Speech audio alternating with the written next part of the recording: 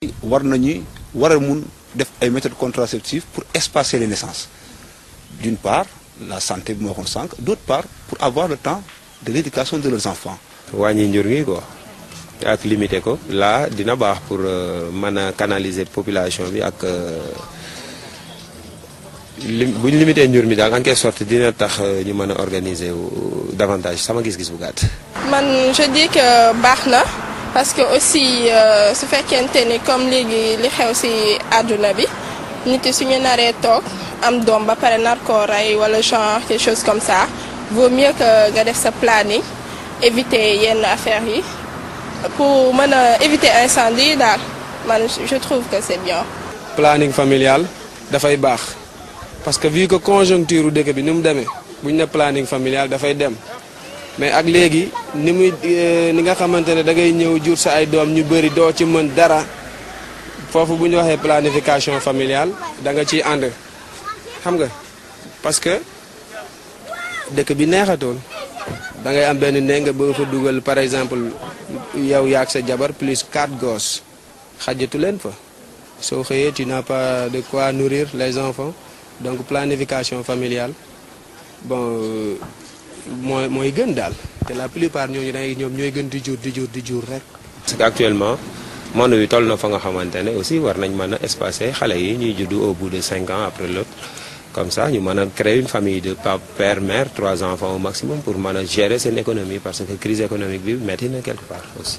pour les couples jeunes li leen digal mooy ñu diisoo ñoom ñaar surtout su fekkante ne xale bu jigéen bi eggalagul jàngam. dès le mariage ñu dem gis ay médecins ñu xool ban méthode contraceptive la ñuy mun jël pour seen couple permettre ku jigéen ki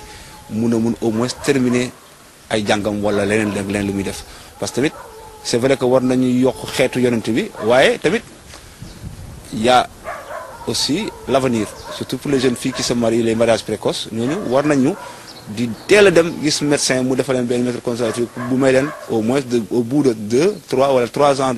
de mariage ñu soog a mun am doom fekk ñu eggali seen jàng wala leneen lu ñu bëgg def.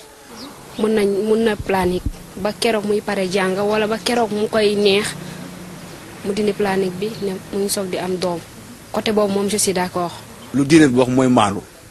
la ñu digle ku munta maanu nag mooy abstention ku dem ba koy def yaakaar naa ne d'abord la première chose c'est de se protéger d'accord protéger par les préservatifs et autres. D'autre part,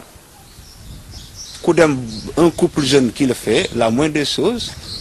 il faut adopter les méthodes contraceptives. C'est-à-dire que pour une jeune fille, parce que maintenant, ça se fait de plus en plus, les filles le font de bas âge. Pour au moins ces méthodes-là, ça leur permettra de permettre, avant ñuy par exemple terminer seen cycle secondaire bañ a am doom parce que léeg-léeg gis ci xale bu am 13 ans 14 ans am doom kooku su utiliser woon ay méthodes contraceptives dina mun jéggale ay jàngam ba jàngam egg 18 19 ans mu soog a war a mun am doom donc pour ñi nga xam ne daal mënuñu maanu nañu utiliser méthodes yooyu.